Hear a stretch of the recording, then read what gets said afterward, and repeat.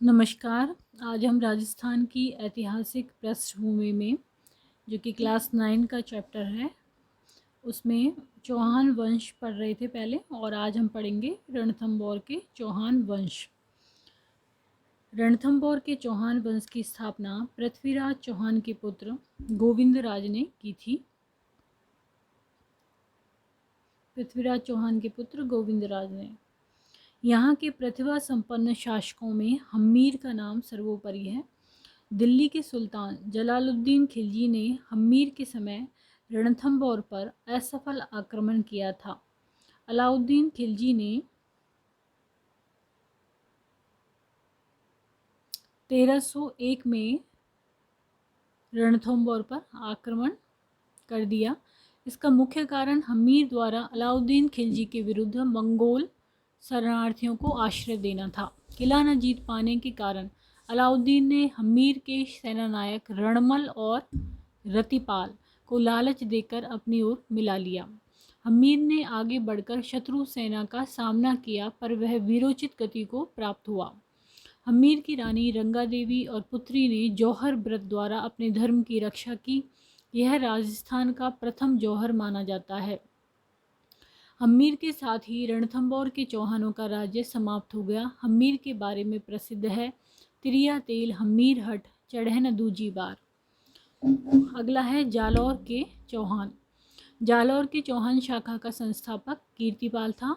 प्राचीन शिलालेखों में जालौर का नाम जावालीपुर और किले का सुवर्णगिरी मिलता है, जिसको अपभ्रंश में सोनगढ़ कहते हैं।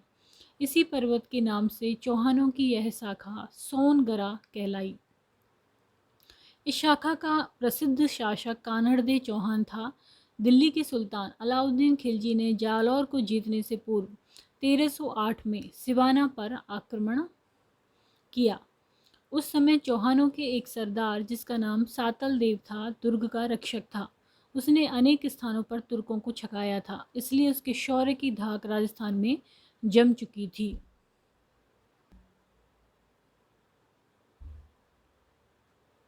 परंतु एक राजद्रोही भावले नामक सैनिक द्वारा विश्वासघात करने के कारण सिवाना का पतन हो गया। अलाउद्दीन ने सिवाना जीतकर उसका नाम खैराबाद रख दिया। इस विजय के पश्चात 1311 में जालौर का भी पतन हो गया। वहाँ का शासक कानड़देव वीरगति को प्राप्त हुआ। वह शूरवीर योद्धा, देशाभिमानी तथा चरित्रवान व्यक्ति था। उसने अपने अदम्य साहस तथा सूझबूझ से किले निवासियों, सामंतों तथा राजपूत जाति का नेतृत्व कर एक अपूर्व ख्याति अर्जित की थी। वर्तमान हाड़ौती क्षेत्र पर चौहान वंशीय हाड़ा राजपूतों का अधिकार था। प्राचीन काल में इस क्षेत्र पर मीणाओं का अधिकार था। ऐसा माना जाता है कि बूंदा मीणा के नाम पर ही बूंदी का नामकरण हुआ है। बूंदा मीना के नाम पर ही। कुंभकालीन रणपुर के लेख में बूंदी का नाम वृंदावती मिलता है। राव देवा ने मीणाओं को पराजित कर 1241 में बूंदी राज्य की स्थापना की। राव देवा ने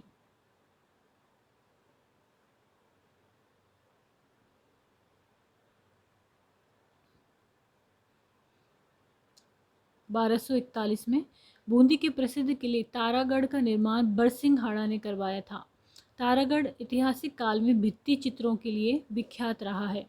बूंदी के सुरजन सिंह ने 1569 में अकबर की अधीनता स्वीकार की थी। बूंदी की प्रसिद्ध 84 खंभों की छतरी शत्रु साल हाड़ा का स्मारक है, जो 1658 में शामूगढ़ के युद्ध में औरंगजेब के विरुद्ध शाही सेना की ओर से लड़ता हुआ मारा गया था। 1658 में शामूगढ़ के युद्ध में बुद्ध सिंह के शासनकाल में मराठों ने बूंदी रियासत पर आक्रमण किया था। प्रारंभ में कोटा बूंदी राज्य का ही भाग था, जिसे शाहजहां ने बूंदी से अलग कर माधो सिंह को सौंपकर 1631 ईस्वी में नए राज्य के रूप में मान्यता दी थी। कोटा राज्य का दीवान झाला जालिम सिंह इतिहास चर्चित व्यक्ति रहा है। कोटा रियासत पर उसका पूर्ण नियंत्रण था। कोटा में ऐतिहासिक काल से आज तक कृष्ण भक्ति का प्रभाव रहा है, इसलिए कोटा का नाम नंदग्राम भी मिलता है। बूंदी कोटा में सांस्कृतिक उपागम के रूप में यहाँ की चित्र शैलियाँ विख्यात रही हैं। बूंदी में पशु पक्षियों का श्रेष्ठ अंकन हुआ है, वहीं कोटा शैली शिकार के चित्रों के लिए विख्यात रही है।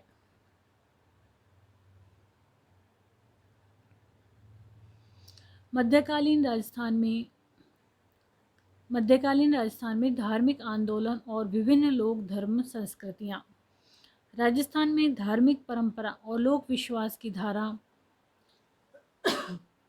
प्राचीन काल से ही लगातार जारी है। वैदिक धर्म और उससे संबंधित विश्वासों के प्रतीक राजस्थान में आज भी देखे जाते हैं। दूसरी शताब्दी ईसा पूर्व के घोसुंडी शिलालेख में अश्वमेध यज्ञ का उल्लेख है।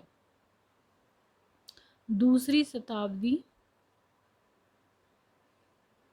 ईसा पूर्व के घोसुंडी शिलालेख में अश्वमेध यज्ञ का। तीसरी सदी में नानसा यूप स्तंभ तथा कोटा जयपुर के कुछ यूप स्तंभों से यज्ञों के प्रचलन का बोध होता है।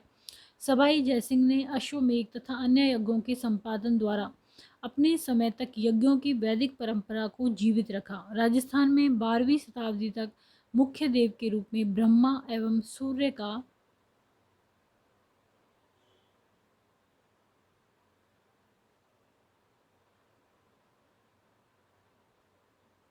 अर्चन प्रचलित था।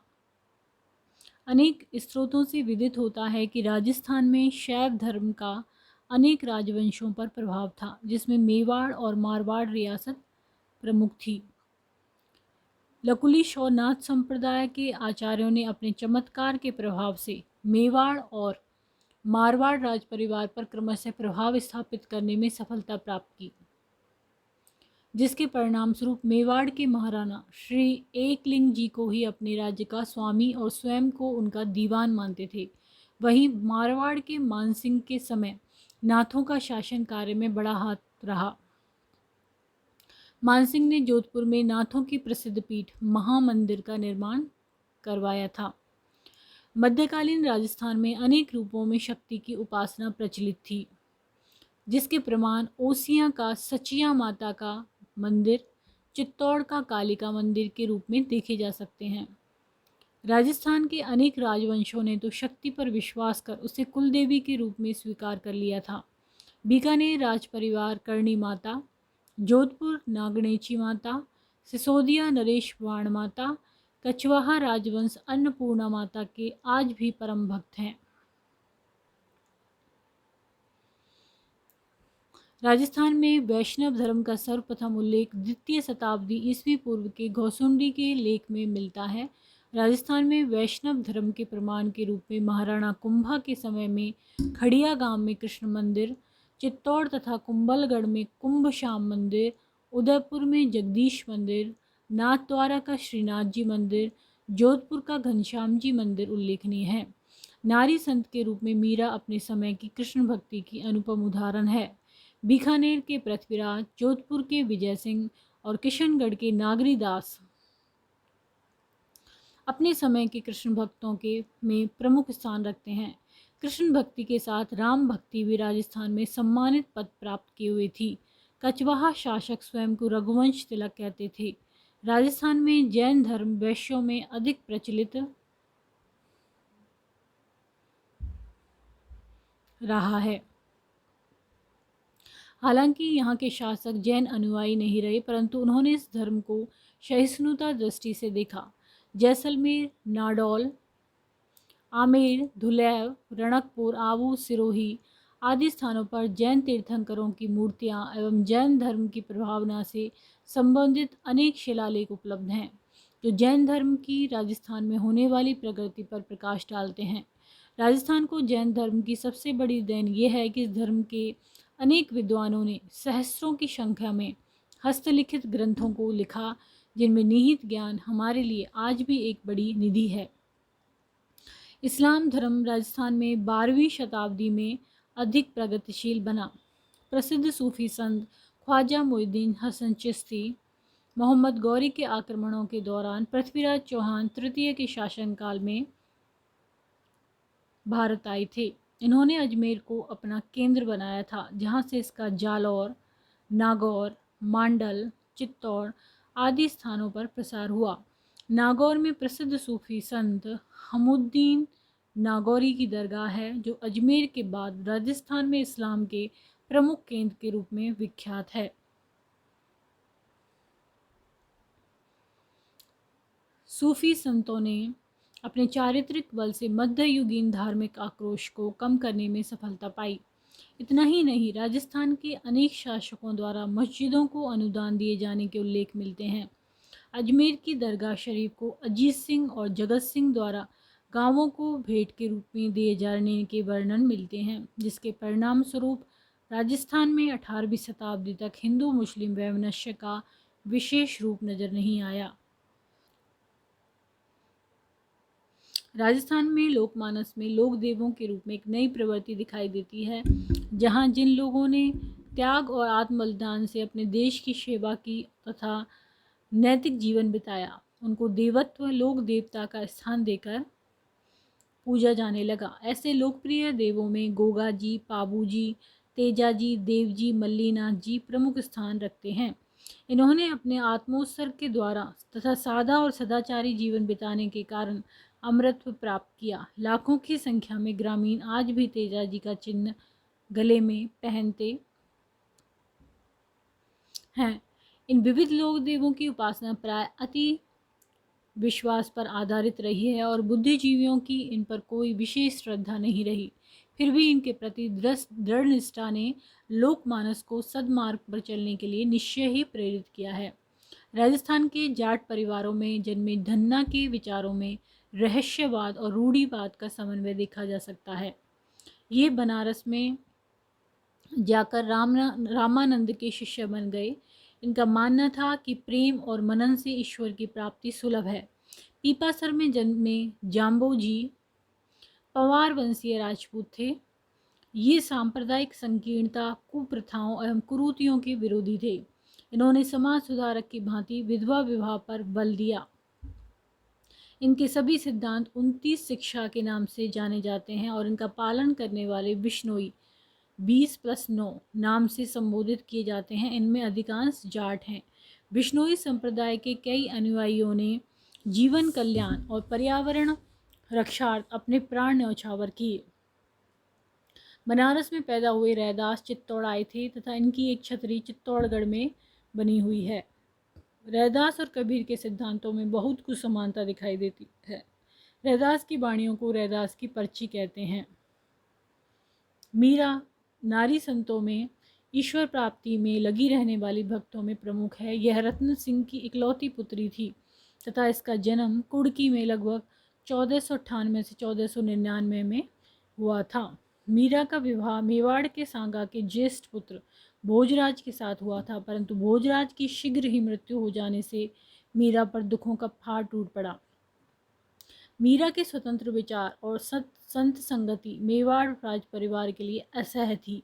मीरा के जीवन से कुछ कथानक जुड़े हुए हैं, जैसे जहर पीने के लिए विवश करना, सांप से कटवाना, उसके चरित्र पर राजा द्वारा संदेह करना इत्यादि। परंतु कृष्ण भक्ति में लगी मीरा के लिए शारीरिक यातनाएं, वैधव्य जीवन इत्यादि कोई महत्व नहीं रखते थे। मीरा कहती थी, मारो तो गिरधर गोपाल दूजो न कोई। मीरा की दृष्टि में समृद्धि, वैभव, संसार के सुख, उच्च पद और सम्मान मिथ्या हैं। यदि कोई सत्य है तो उसके गिरधर गोपाल। मीरा की भक्ति की विशेषता यह थी कि उसमें ज्ञान पर जितना बल नहीं था, उतना भावना और अनुभूति पर था। ऐसा प्रचलित है कि मीरा वृंदावन में रहते हुए अथवा द्वारिका में रहते हुए 1540 के लगभग नृत्य करते करते रणछोड़ जी की मूर्ति में लीन हो गई। नवीन शोध से यह स्थापित हुआ कि महात्मा गांधी भक्ति आंदोलन के संत नरसिंह मेहता के साथ मीरा से काफ़ी प्रभावित थे और वे मीरा को अन्याय के विरुद्ध संघर्ष करने वाले सत्याग्रही महिला के रूप में देखते थे। निश्चय ही मीरा आज भी लोकमानस पटल पर प्रभावी है। दादू पंथ के प्रवर्तक दादू धर्म संबंधी स्वतंत्र विचारकों के प्रमुख संत हैं। उनकी मृत्यु 1605 में नारायणा जयपुर में हुई थी। नारायणा की गद्दी दादू पंथ की प्रधान पीठ मानी जाती है। इनके 52 शिष्य 52 स्तंभ कहलाते हैं, जिनमें सुंदर दास रज्जव जी प्रमुख हैं। दादू आमेर के कछवाहा शासक मान सिंह के समकालीन थे। कबीर की भांति दादू रूढ़ियों, विविध पूजा पद्धतियों के विरुद्ध थे। वे कहा करते थे कि ईश्वर एक है, जिसके दरबार में हिंदू मुसलमानों का कोई भेदभाव नहीं है। दादू की उपासना निरंजन और निर्गुण ब्रह्म की प्राधान्यता को लेकर है। दादू की सबसे बड़ी विशेषता है प्रचार में स्थानीय भाषा का प्रयोग।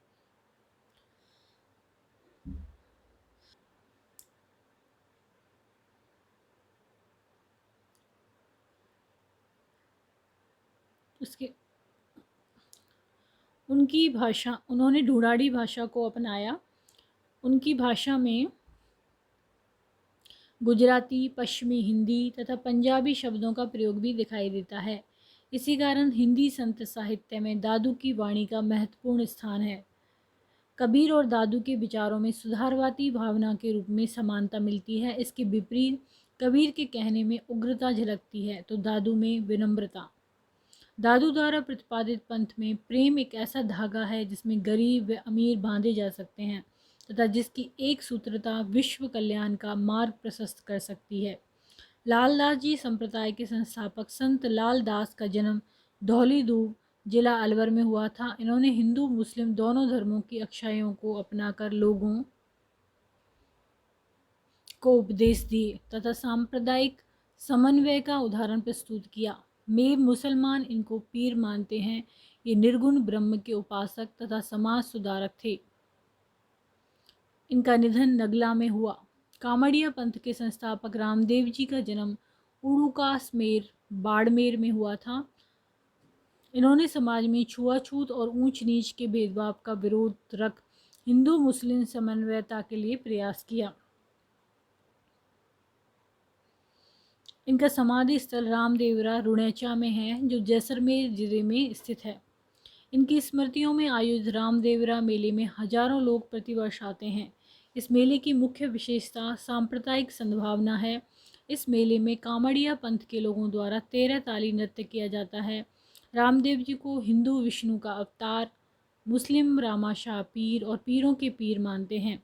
जसनाथ जी संप्रदाय के संस्थापक जसनाथ जी का जन्म कतरिया सर बीकानेर में हुआ था। इस संप्रदाय में रात्रि जागरण, अग्नि नृत्य इत्यादि प्रचलित हैं। संत पीपा खींची राजपूत थे। इनकी छतरी गागरौन झालावाड़ में श्री कृष्ण के निष्कलंकी अवतार के रूप में प्रतिष्ठित संत मावजी का जन्म मावला डूंगरपुर में हुआ था। इन्होंने बेणेश्वर धाम की स्थापना सोम, माही, जाखम नदियों के त्रिवेणी संगम पर की। वर्तमान टोंक जिले में सोड़ा ग्राम में विजयवर्गीय वैश्य परिवार में जन्मे संत रामचरण ने 18वीं सदी के राजनीतिक और धार्मिक हास के काल में जन्म लेकर इस समय की क्षतिपूर्ति की। इन्होंने अपने विचारों को मूर्त रूप देने के लिए अणवह वाणी की रचना की तथा राम स्नेही संप्रदाय का प्रचलन किया, जिसकी प्रधान पीठ शाहपुरा भीलवाड़ा में है। उन्होंने अपने अनुयायियों को राम राम का मंत्र देकर मानवता का संदेश दूर दूर तक फैलाया। ये निर्गुण उपासक थे, अतः राम स्नेही मत को मानने वाले मूर्ति पूजा नहीं करते। इस पंथ में नैतिक आचरण, गुरु महिमा, सत्यनिष्ठा, धार्मिक अनुशासन पर बल दिया जाता है।